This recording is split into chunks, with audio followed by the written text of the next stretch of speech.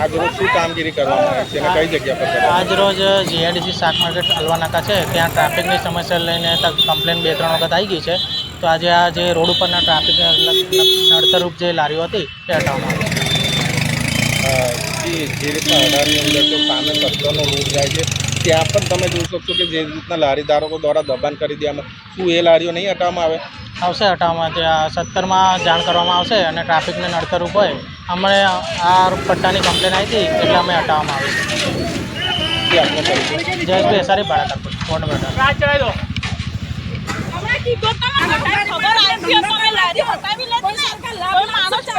રોજી રોડે છે કે બીજા દેશમાં જવાના કમાવા માટે લારી ઉઠાવવા જવાનું. એટલે અમે લોન પર લેતા જ નથી. અમે જે સાંજે 2-5 રૂપિયા મળે કમાઈને ખાઈએ છીએ. અમે કોઈ પણ લેવા નથી જતા, લોન નથી લેતા. હેમ આપ લોન આપવાના? હું અહીંયા 10 વર્ષથી છું. કઈ નહીં 600 ની ભાવ હે જગ્યા ફાળવે કારણ જગ્યા ફાળે તો માર્કેટમાં જતા રહીએ. ક્યાં ના છે? એમએ વિથ બીએડ છું, ઇકોનોમિક્સ.